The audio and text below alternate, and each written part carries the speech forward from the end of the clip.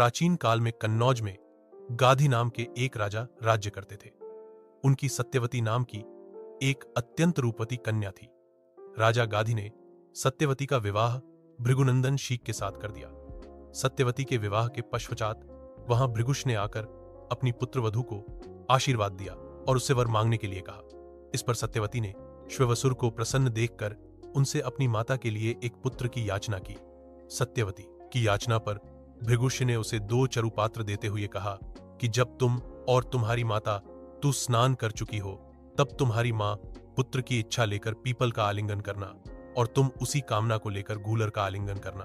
फिर मेरे द्वारा दिए गए इन चरुओं का सावधानी के साथ अलग अलग सेवन कर लेना। इधर जब सत्यवती की मां ने देखा कि भृगु ने अपने पुत्रवधू को उत्तम संतान होने का चरु दिया है तो उसने अपने चरु को अपनी पुत्री के चरु के साथ बदल दिया। इस प्रकार सत्यवती ने अपनी माता वाले चरु का सेवन कर लिया। योग शक्यति से भृगु को इस बात का ज्ञान हो गया और वे अपनी पुत्रवधू के पास आकर बोले कि पुत्री, तुम्हारी माता ने तुम्हारे साथ छल करके तुम्हारे चरु का सेवन कर लिया है, इसलिए अब तुम्हारी संतान ब्राह्मण होते हुए भी क्षत्रिय जैसा आचरण करेगी और तुम्हारी माता की संतान क्षत्रिय होकर भी ब्राह्मण जैसा आचरण करेगी। इस पर सत्यवती ने भृगु से विनती की कि आप आशीर्वाद दें कि मेरा पुत्र ब्राह्मण का ही आचरण करे, भले ही मेरा पौत्र क्षत्रिय जैसा आचरण करे। भृगु ने प्रसन्न होकर उसकी विनती स्वीकार कर ली। समय आने पर सत्यवती के गर्भ से जमदग्नि का जन्म हुआ। जमदग्नि अत्यंत तेजस्वी थे। बड़े होने पर उनका विवाह प्रसेनजित की कन्या रेणुका से हुआ। रेणुका से उनके 5 पुत्र हुए जिनके नाम थे रुक्मवान, सुखेण, वसु, विश्ववानस और परशुराम। 4 माता पिता भक्त परशुराम संपादित करें। श्रीमद् भागवत में दृष्टांत है कि गंधर्वराज चित्ररथ को अप्सराओं के साथ विहार करता देख हवन हेतु गंगा तट पर जल लेने गई रेणुका आसक्त हो गई और कुछ देर तक वहीं रुक गईं। हवन काल व्यतीत हो जाने से क्रुद्ध मुनि जमदग्नि ने अपनी पत्नी के आर्य मर्यादा विरोधी आचरण एवं मानसिक व्यभिचार करने के दंडस्वरूप सभी पुत्रों को माता रेणुका का वध करने की आज्ञा दी। अन्य भाइयों द्वारा ऐसा दुस्साहस न कर पाने पर पिता के तपोबल से प्रभावित परशुराम ने उनकी आज्ञानुसार माता का शिरोच्छेद एवं उन्हें बचाने हेतु आगे आए अपने समस्त भाइयों का वध कर डाला। उनके इस कार्य से प्रसन्न जमदग्नि ने जब उनसे वर मांगने का आग्रह किया तो परशुराम ने सभी को पुनर्जीवित होने एवं उनके द्वारा वध किए जाने संबंधी स्मृति नष्ट हो जाने का ही वर मांगा। 5 पिता जमदग्नि की हत्या और परशुराम का प्रतिशोध संपादित करें। परशुराम किलिंग सहस्रार्जुन। जेपीजी सहस्त्रार्जुन से युद्धरत परशुराम का एक चित्र। कथानक है कि है वंशाधिपति कार्तवीर्य अर्जुन सहस्त्रार्जुन ने घोर तप द्वारा भगवान दत्तात्रेय को प्रसन्न कर 1 सहस्त्र भुजाएं तथा युद्ध में किसी से परास्त न होने का वर पाया था। संयोगवश वन में आखेट करते वह जमदग्नि मुनि के आश्रम जा पहुंचा और देवराज इंद्र द्वारा उन्हें प्रदत्त कपिला कामधेनु की सहायता से हुए समस्त सैन्य दल के अद्भुत आतिथ्य सत्कार पर लोभवश जमदग्नि की अवज्ञा करते हुए कामधेनु को बलपूर्वक छीन कर ले गया। कुपित परशुराम ने फरसे के प्रहार से उसकी समस्त भुजाएं काट डाली व सिर को धड़ से पृथक कर दिया। तब सहस्त्रार्जुन के पुत्रों ने प्रतिशोध स्वरूप परशुराम की अनुपस्थिति में उनके ध्यानस्थ पिता जमदग्नि की हत्या कर दी। रेणुका पति की चिताग्नि में प्रविष्ट हो सती हो गई। इस कांड से कुपित परशुराम ने पूरे वेग से महिष्मती नगरी पर आक्रमण कर दिया और उस पर अपना अधिकार कर लिया। इसके बाद उन्होंने एक के बाद एक पूरे 21 बार इस पृथ्वी से क्षत्रियों का विनाश किया। यही नहीं, उन्होंने है वंशी क्षत्रियों के रुधिर से स्थलत पंचक क्षेत्र के 5 सरोवर भर दिए और पिता का श्राद्ध सहस्त्रार्जुन के पुत्रों के रक्त से किया। अंत में महर्षि चीक ने प्रकट होकर परशुराम को ऐसा घोर कृत्य करने से रोका। इसके पश्चात उन्होंने अश्वमेघ महायज्ञ किया और सप्तद्वीप युक्त पृथ्वी महर्षि कश्यप को दान कर दी। केवल इतना ही नहीं, उन्होंने देवराज इंद्र के समक्ष अपने शस्त्र त्याग दिए और सागर द्वारा उच्छिष्ट भूभाग महेंद्र पर्वत पर आश्रम बनाकर रहने लगे। क्षत्रियों का विनाश संपादित करें। श्रीमद् भागवत, रामायण इत्यादि पुराणों के अनुसार परशुराम ने 21 बार समस्त क्षत्रियों को समूल नष्ट किया था। परशुराम ने सहस्त्रार्जुन राजा और इसके पुत्र और पौत्रों का वध किया था और बाद लिए 21 बार समस्त क्षत्रियों का वध कर दिया। है वंश में 5 पुत्रों के वंश को परशुराम ने अभयदान दिया, जिससे वृष्णिवितिहोत्रा इत्यादि वंश चले। वही बाकी क्षत्रियों का 21 बार अंत किया। जो बच्चे गर्भ में रह जाते थे वह भी नहीं बचते थे। शिवशिष्ट से शाप का भाजन बनने के कारण सहस्रार्जुन की मति मारी गई थी। सहस्रार्जुन ने परशुराम के पिता जमदग्नि के आश्रम में एक कपिला कामधेनु गाय को देखा और उसे पाने की लालसा से वह कामधेनु को बलपूर्वक आश्रम से ले गया। जब परशुराम को यह बात पता चली तो उन्होंने पिता के सम्मान के खातिर कामधेनु वापस लाने की सोची और सहस्रार्जुन से उन्होंने युद्ध किया। युद्ध में सहस्रार्जुन की सभी भुजाएं कट गईं और वह मारा गया। तब सहस्रार्जुन के पुत्रों ने प्रतिशोधवश परशुराम की अनुपस्थिति में उनके पिता जमदग्नि को मार डाला।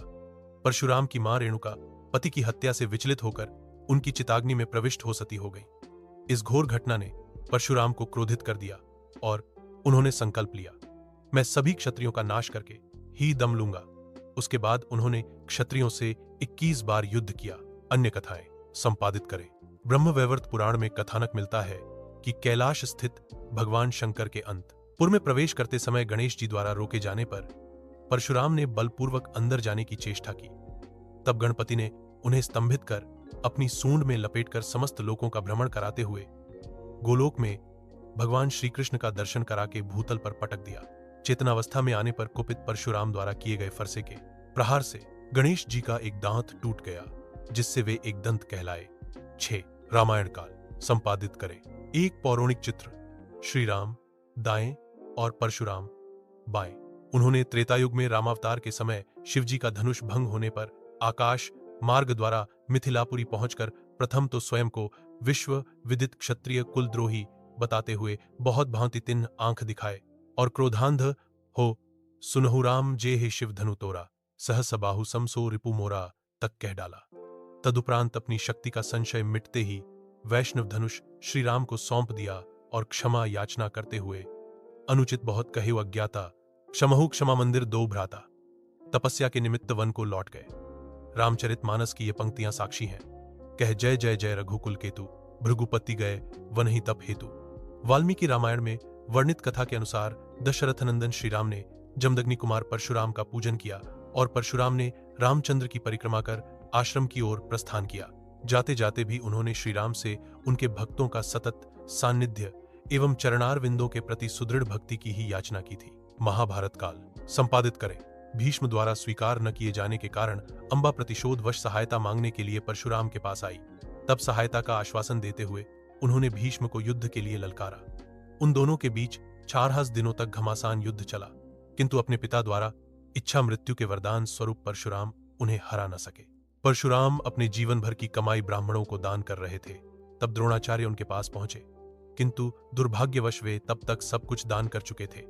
तब परशुराम ने दयाभाव से द्रोणाचार्य से कोई भी अस्त्र शस्त्र चुनने के लिए कहा। तब चतुर द्रोणाचार्य ने कहा कि मैं आपके सभी अस्त्र शस्त्र उनके मंत्रों सहित चाहता हूं, ताकि जब भी उनकी आवश्यकता हो प्रयोग किया जा सके। परशुराम ने कहा एवमस्तु, अर्थात ऐसा ही हो। इससे द्रोणाचार्य शस्त्र विद्या में निपुण हो गए। परशुराम कर्ण के भी गुरु थे।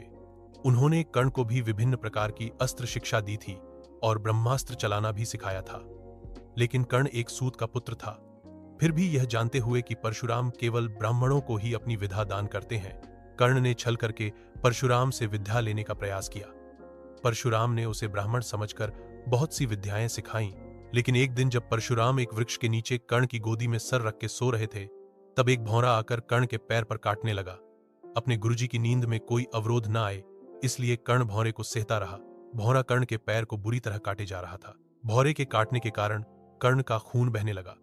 वो खून बहता हुआ परशुराम के पैरों तक जा पहुंचा। परशुराम की नींद खुल गई और वे इस खून को तुरंत पहचान गए कि यह खून तो किसी क्षत्रिय का ही हो सकता है, जो इतनी देर तक बगैर उफ किए बहता रहा। इस घटना के कारण कर्ण को अपनी अस्त्र विद्या का लाभ नहीं मिल पाया। एक अन्य कथा के अनुसार एक बार गुरु परशुराम कर्ण की एक जंघा पर सिर रखकर सो रहे थे। तभी एक बिच्छू कहीं से आया और कर्ण की जंघा पर घाव बनाने लगा, किंतु गुरु का विश्राम भंग ना हो, इसलिए कर्ण बिच्छू के दंश को सहता रहा।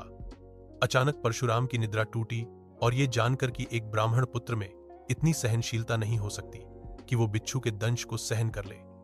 कर्ण के मिथ्या भाषण पर उन्होंने उसे ये श्राप दे दिया कि जब उसे अपनी विद्या की सर्वाधिक आवश्यकता होगी तब वह उसके काम नहीं आएगी।